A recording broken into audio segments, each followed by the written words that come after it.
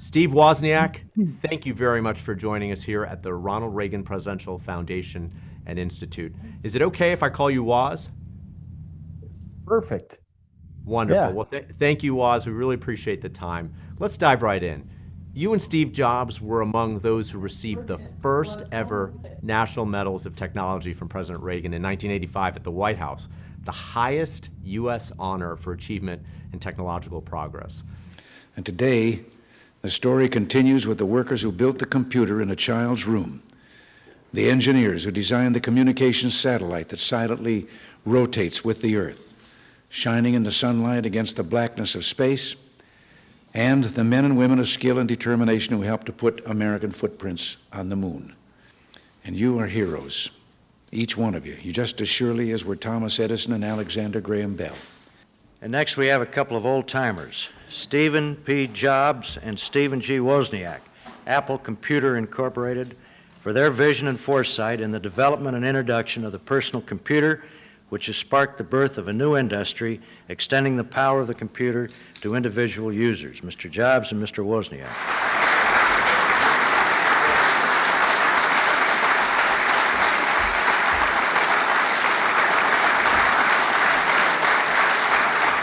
So what do you remember about that moment, and how meaningful was it to you personally and professionally?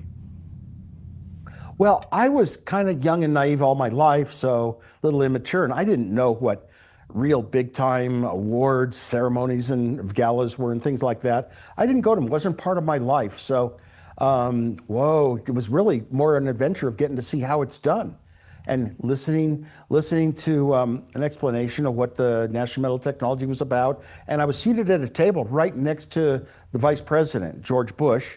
And actually, we spoke quite a bit, and I became a good friend of mine. I liked him all to this day. As far as getting the medal, Steve and I, Apple had been so instrumental in the press that it was obvious that technology was going to be a big part of the future. And I am so glad that the president and his group recognized that that technology was important, and to give awards for it, that helped. It actually helped bring it aware to more people that technology was going to be a big thing. Well, let me follow up on that, because President Reagan championed innovation and technological progress during the 1980s. So from your perspective at the time, and looking back from today's vantage point, much later, of course, how do you see the Reagan administration's support of the tech industry? How did it affect things? Did it affect your own work at Apple? Well, it's hard to say. Back then I'd get an award and I'd almost not remember. Although when people ask, have you ever had any awards? That's always like the first one that comes out. It was very important, and it was like a new thing. It was like getting the National Science Award or something. And a lot of people heard about it and respected it and said, oh my gosh, maybe if I do some great things, I can get that award someday. So I think it actually did spur advances in technology just by having the award. Eventually, by the way, for some years, I was actually on the committee that decided who was going to get nominated or get the awards, the National Medal of Technology.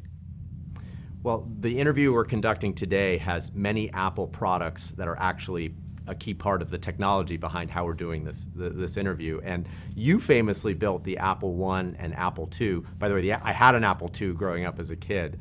But you built the Apple I and the Apple II in a home garage, doing both the hardware and the software yourself with little to no money. At what point did you realize that making computers user-friendly, something you originally did for yourself, could become a business that would change the world?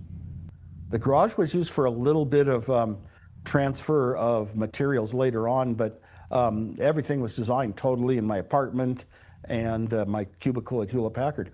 The fact is, when I was in high school, taught myself designing computers. You couldn't find a book on it, even in a scientific bookstore like Kepler's in Palo Alto. You couldn't find a bookstore talking about computer design. I taught myself. I was so proud of it, something I loved doing. It was my passion for life. And I told my father, someday I'm going to have a 4K Data General Nova computer, and for myself. And he said, it costs as much as a house. I was stunned, and I said, I'll live in an apartment. In other words, it was a deep goal in mine to have a computer for myself, but that also meant user-friendly. I went up through Pong games, designing Breakout for Atari, getting on the ARPANET with a little terminal that had a keyboard and a video display before computers did, and before anyone was talking about it. And this was ease of use. It was a humanness to me. First of all, the other people trying to make maybe an industry about people could afford their own computers someday, they were all computer type people. They liked the old computer society and switches and lights like you see on TV. And that's how it was. But man, I was just past that because I didn't have friends. I didn't do things with other people. I did them all on my own. And I just thought out, it's so nice to type something and see a response from a computer right in front of you, and then eventually build your own computer onto it. I knew that my designs were so far ahead of what other people were trying that we would have a successful business of our own. But my intent was not to create an industry. My intent was not to create a company.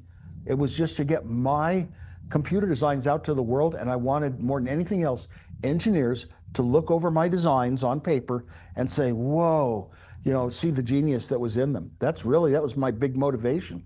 A few other companies saw the Apple II, was the leader, and eventually kind of came on board, but not quite, more like just play game machines, nothing else. Well, But it was changing the world.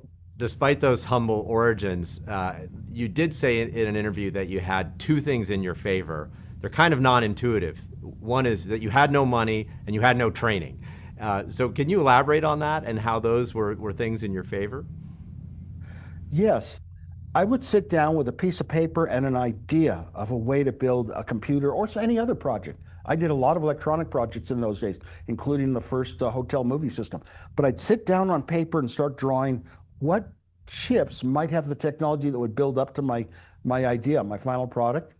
And one of the things is having no money forced me to only think of things I could afford. And that meant very low cost parts, and I could get a lot from my company, Hewlett Packard, where I worked, and just made it affordable. A lot of my designs that, whoa, you really cut this out. You made it so much smaller than the normal way. I was glad of that because no money. Also, I had no training, but I had a brain. And I had all my life come about thinking of things so different, so out of the box of other people, that I could take on a project, for example, the floppy disk. So you could type, run a program. You couldn't do that before, even on the Apple II. Run a program.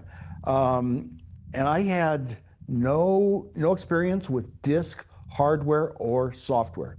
And it forced me to say, how can I design it the best in the world that nothing could be better? How can I make it the fewest parts? And I don't know what it is.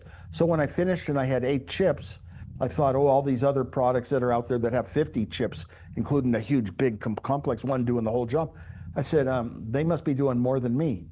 And then I studied the others after that, and I found out mine's doing even more, gives me more ability to increase speed and increase that. It all mine was just a different approach than had ever been done, even on floppy disks. So, I don't know, it gives you a kind of an internal pride.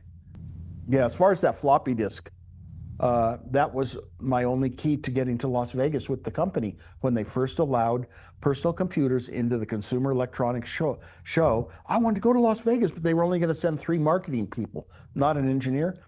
And I raised my hand and said, if we have a floppy disk, can we show it? So if I got it developed in 2 weeks, which is unbelievable, then they'd have to take me. I'd be the only one that knew how it worked. So it got me to Vegas. Well, that's a perfect springboard to the next question, because you're the legendary inventor and innovator, and Steve Jobs was the marketing expert who knew how to sell what you created. And next year marks that 50th anniversary of Apple's founding. So looking back, how would you describe the significance of your partnership with Steve Jobs? You and he are 2 very different but complementary minds coming together to spark a revolution in technology. Well, first of all, when I met Steve Jobs, I could design computers. I didn't meet anybody. I was so shy. I had no friends, really. And I could tell he appreciated my abilities to design computers. So we became best technical friends for the next 5 years up to the start of Apple. And every once in a while, he'd come into town, see a latest invention of mine, and go out and sell it. He was a good salesman.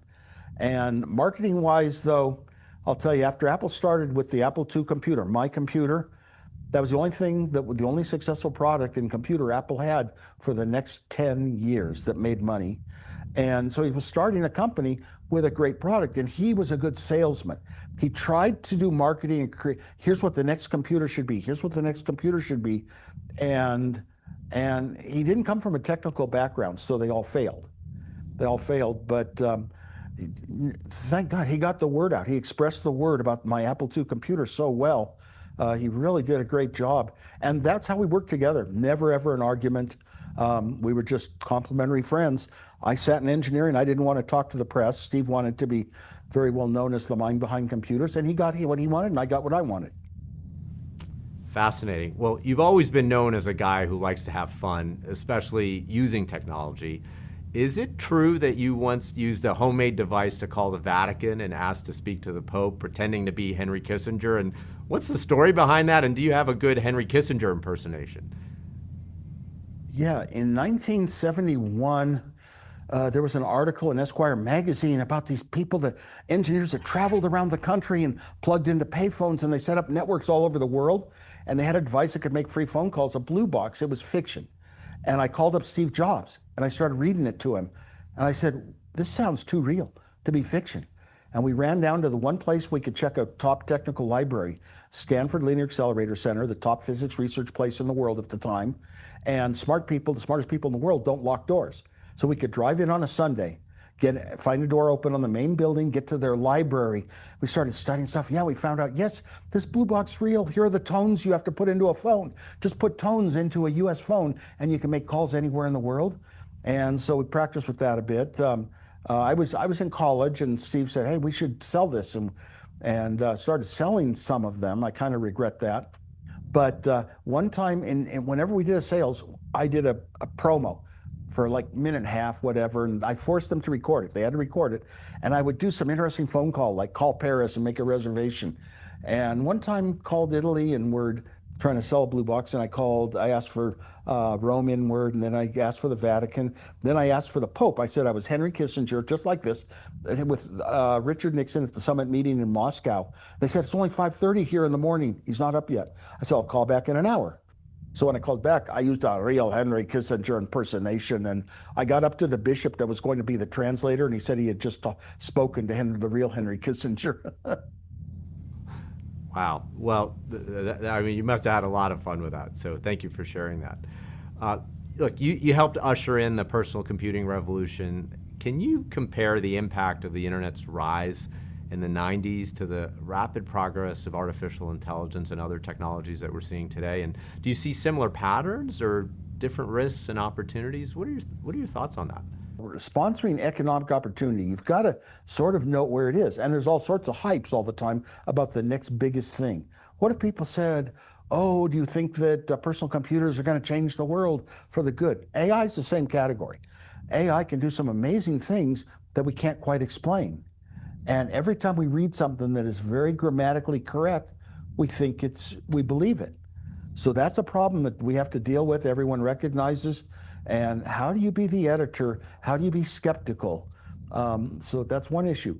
Now, artificial intelligence is the big hype today, so everybody has to include that word in whatever they're doing. And there's a lot of good that can come from it, but only to humans that really can think intuitively about things and be skeptical in the right ways. Well, how do you feel about the direction modern tech companies have taken, especially when it comes to user privacy and ethical responsibility?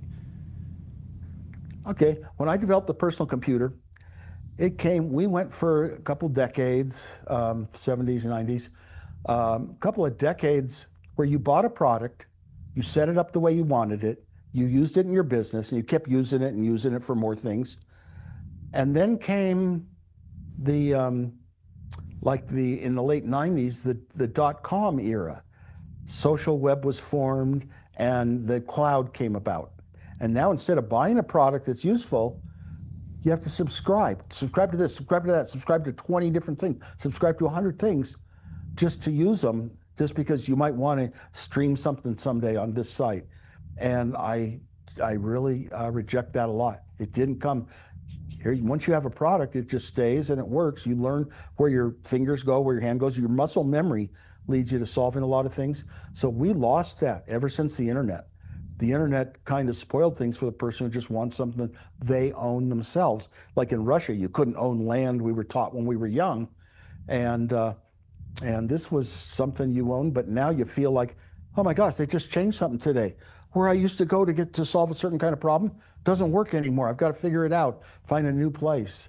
And all these companies that want everything to be a huge touchscreen, it's just, there's a lot of problems in the world, in my mind, that we could make more human. The human user is the most important factor, not the manufacturer. So switching gears, economic opportunity is really a core principle that we advance here at the Reagan Foundation. How do you assess the state of economic opportunity, especially for young tech entrepreneurs like you were, who are founding companies today? How do you assess the environment they're in right now? I don't see a lot of big success, new things that totally change the world coming from those young individuals, just with an idea and like you said, their own garage, their own home, their own apartment. I see most things having to relate to the big tech companies, Apple being one of them, Meta, Alphabet, Amazon. It's just like, how do I fit into this scheme? Or how do I take some of their abilities and use them for an idea of my own? And I don't see that much of the room for totally new things didn't exist. We had it for a while coming with the internet, the .com era. We got things like Uber and you go into a lot of the social web. So we got some things that were useful. But then social web started taking advantage of us. And I've already indicated economic activity is sometimes from above, and it takes away your freedom. It tells you how things are. You're forced to live in it the way it is. And I prefer the user having a lot more freedom and ability to think out and have choices. And a lot of that's gone away and we don't even notice it. Well, education certainly has been a passion of yours for decades, has a lot of implications for what you've shared with us in the course of our conversation. If you were to design a tech curriculum today, what would it include? What would it need to have? A lot of fun and jokes that are being done with computers and make it fun for the students. It's what I would want when I was a student. I would want this sort of fun. And teachers that are very, very close to their students. The problem is when you have 30 students, it's hard to do. It's a little easier if you have 17 students, much easier if you have 5 or 6, to be just totally like their parent, their teacher, and get corrected. And also not to have standards that have to be met by a certain schedule and deadline. Last question. When you see the iPhone, the iPad, MacBooks, and all the products Apple has brought to the world, does it ever just hit you that this all started with something you built in your apartment, in your garage? And what technologies or innovations in their infancy today do you think might have that type of meteoric rise? Yeah, I can't predict it. Nobody can predict what's going to happen in the future. And I do, everything that started, I'm so proud of what I did back then and what guided me and motivated me and drove me towards what I was doing. But I've seen so many great things since then. And you remember products that are very special to you. The Apple II, and then the Apple IIc was a smaller, almost portable version. And then the laptops and the Apple Cube, which had no fan, but had a little thermos to vent the heat away. Some of these things were just so outstanding to me that you always remember those great products in your life and what they did for you, and you love them. Well, Steve Wozniak, the Woz, we're so grateful for your time and for your insights. We really appreciate it, and big thanks, and good luck to you, and we'll look forward to being in touch. Thanks for having me.